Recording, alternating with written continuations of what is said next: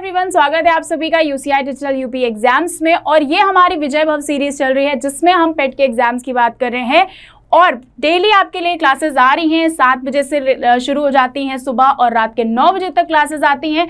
ये शेड्यूलिंग है, कौन सा टीचर कौन सा सब्जेक्ट पढ़ा रहा है, किस टाइम पे आती है उसकी क्लासेस, सारा शेड्यूल यहाँ पर दिया है।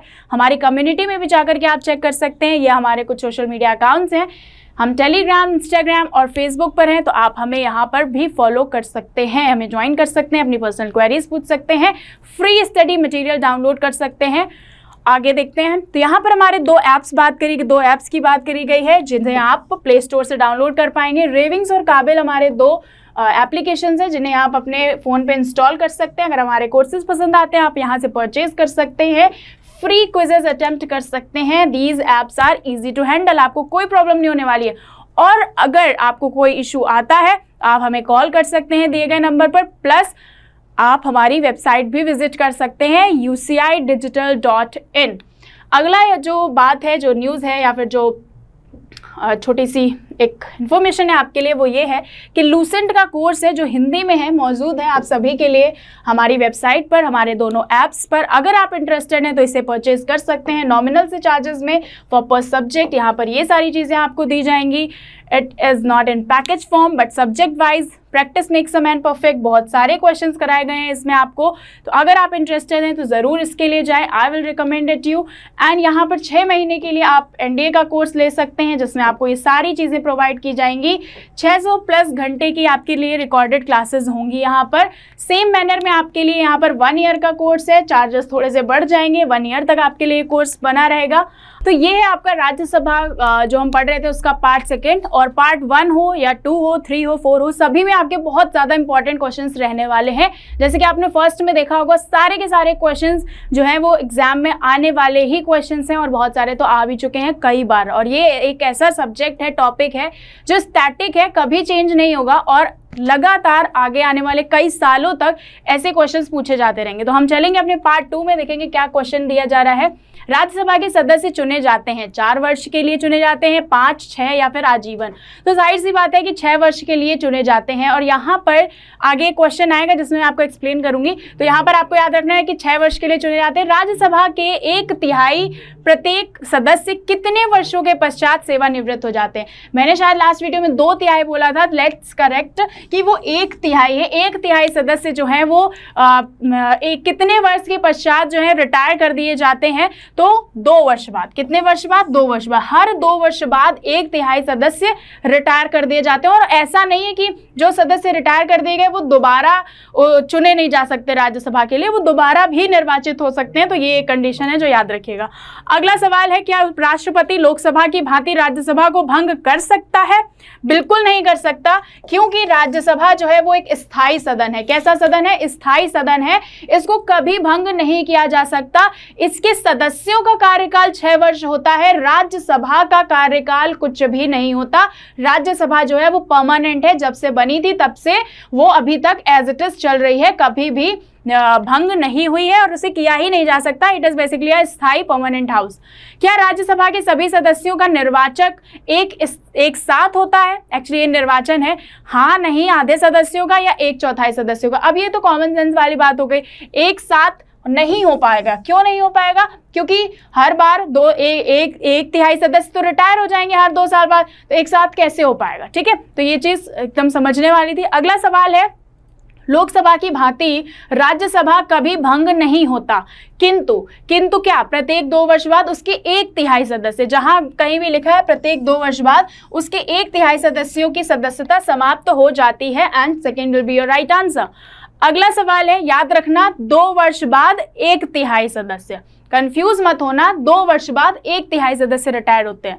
कौन सा कथन सत्य नहीं है? ये पूछा गया है कि नहीं यहाँ पर बताना है। तो राज्यसभा की अधिकतम सदस्य संख्या 250 है, तो बिल्कुल सही है। अधिकतम कितनी हो सकती है? 250। राज्यसभा निरंतरता का प्रतीक है, बिल्कुल सही है, लगातार चल रहा है और कभी भंग नहीं होगा। राज्यसभा के 2/3 सदस्य प्रत्येक वर्ष, दूसरे वर्ष 2/3 नहीं है भाई, ये 1/3 है, तो ये हमारा गलत हो गया। राज्यसभा में प्रत्येक राज्य और संघ राज्य क्षेत्रों में सीटों का आवंटन संविधान की 4वीं अनुसूची द्वारा नियत किया जाता है। याद रखो कि राज्यों और राज्यसभा में जो सीटों एलोकेशन ऑफ सीट्स है वो 4वीं अनुसूची के तहत किया जाता है, तो डी भी हमारा सही हो जाता है। और यहाँ पर नहीं पूछा गया था ना कि कौन सा सत्य नहीं है, तो सी हमारा सत्य नहीं है, क्योंकि यहाँ पर 2/3 की जगह अगर 1/3 होता तो ये भी ऑप्शन हमारा सही हो जाता। चलेंगे अगले क्वेश्चन की तरफ। ऑप्शंस बड़े बड़े हैं पर घबराना नहीं है, बिकॉज ये जो क्वेश्चंस हैं बहुत इजी हैं, फ्री के मार्क्स दिलाते हैं अगर आपको एक बार याद हो गए तो।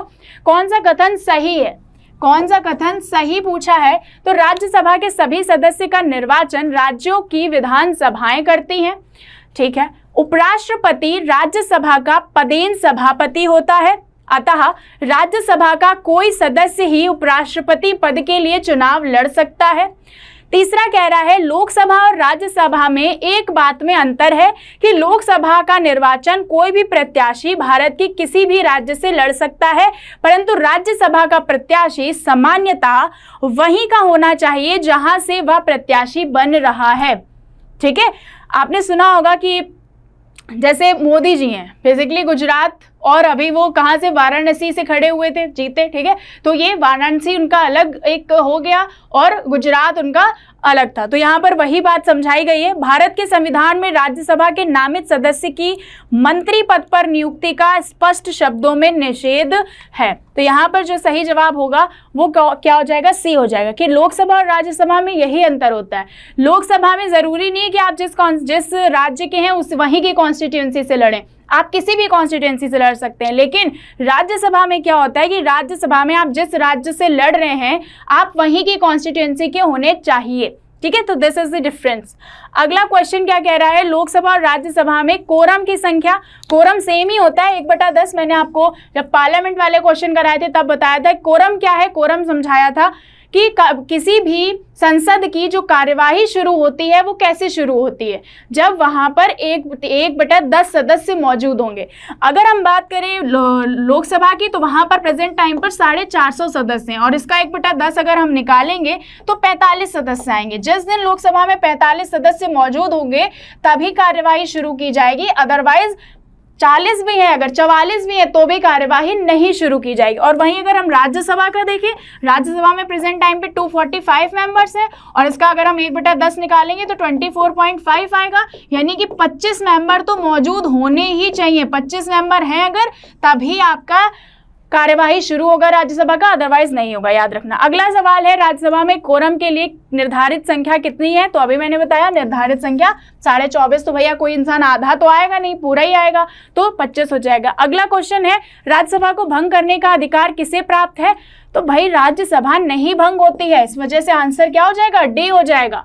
अगला क्वेश्चन, राज्यसभा का सभापति कौन होता है, अभी हमने बताया कि राज्यसभा का सभापति जो होता है वो एक उपराष्ट्रपति होता है, ठीक है। तो इस देश का जो कोई भी उपराष्ट्रपति बनेगा वो राज्यसभा का सभापति बन जाएगा, सिंपल।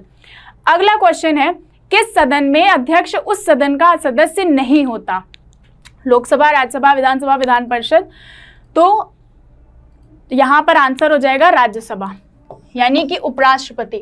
उपराष्ट्रपति जो हैं वो राज्यसभा के सदस्य नहीं होते, वो किसी भी सभा के सदस्य नहीं होते, सिंपली ये समझो, जो भी उपराष्ट्रपति होते हैं वो राज्यसभा के सदस्य नहीं होते, याद रखने वाली बात है, बहुत इंपॉर्टेंट है, हम बहुत बार कंफ्यूज हो जाते हैं। क्वेश्चन यही आता है, सेम क्वेश्चन आता है कि जो राज्यसभा का सभापति होता है वो वहां का उस सदन का सदस्य होता है कि नहीं होता, बिल्कुल नहीं होता, याद रखो, बिल्कुल कंफ्यूज होने की जरूरत नहीं है। अगला सवाल है राज्यसभा के सभापति का चुनाव करता कौन है भाई, तो राज्यसभा के निर्वाचित सदस्य, या फिर लोकसभा और राज्यसभा के सभी सदस्य, या फिर आपका लोकसभा के निर्वाचित। अभी आप हमारे रिसेंटली में राष्ट्रपति के चुनाव हुए थे, फिर उपराष्ट्रपति के चुनाव हुए थे, तो उसमें लोकसभा और राज्यसभा के सभी सदस्यों ने भाग लिया था। इट मीन्स कि लोकसभा के सभी सदस्य हो गए, राज्यसभा के सभी इलेक्टेड हो गए, प्लस नॉमिनेटेड मेंबर्स, तो ऑल द मेंबर्स क्या होते हैं वो यहाँ पर पार्टिसिपेट करते हैं, किसके, राज्यसभा के सभापति के चुनाव में, यानी कि यहाँ इनडायरेक्टली उपराष्ट्रपति के चुनाव की ही बात करी जा रही है, किसी और के चुनाव की नहीं।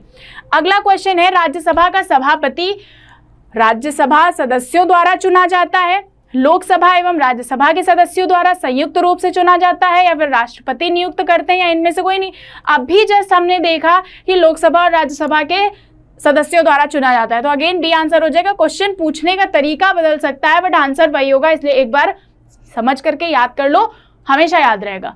अगला सवाल है, निम्नलिखित में से किसकी अध्यक्षता असदस्य द्वारा करी जाती है? तो भैया राज्यसभा की सदस्यता जो है वो उस सदन के सदस्य नहीं होते और इसीलिए यहाँ पर असदस्य लिखा है।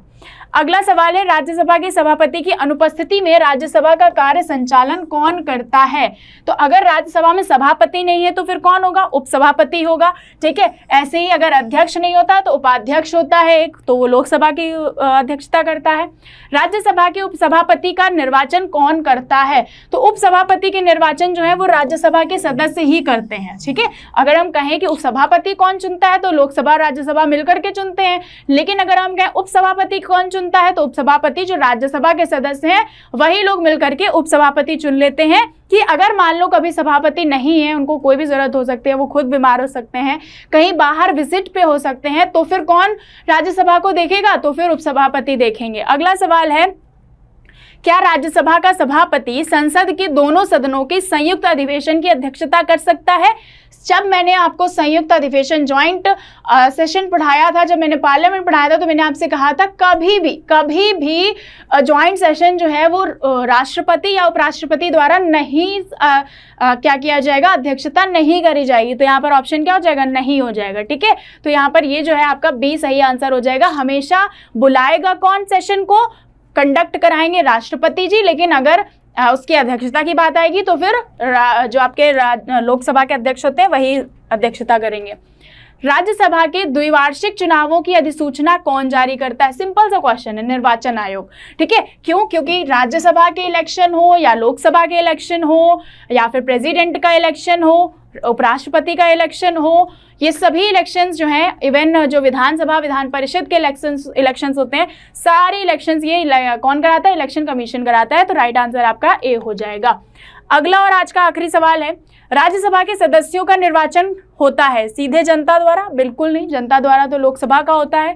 लोकसभा के सदस्य चुनते हैं राज्यसभा को? बिल्कुल नहीं, लोकसभा तथा राज्य विधानसभा के सदस्यों द्वारा। लोकसभा का इसमें कोई रोल नहीं होता। सीधा राज्य के जो विधानसभा के निर्वाचित सदस्य होते हैं वो राज्यसभा के सदस्यों को चुनते हैं। तो डी आपका सही आंसर हो जाएगा। तो ये आपका राज्यसभा वाले पार्ट का टॉपिक का सेकेंड पार्ट था। आई होप कि ये भी आपको पसंद आया होगा। सारे इंपॉर्टेंट क्वेश्चंस हैं, जरूर अटेम्प्ट करिएगा। अगर आपको पसंद आता है शेयर भी करिएगा। मिलेंगे इसके नेक्स्ट पार्ट में। Thank you so much.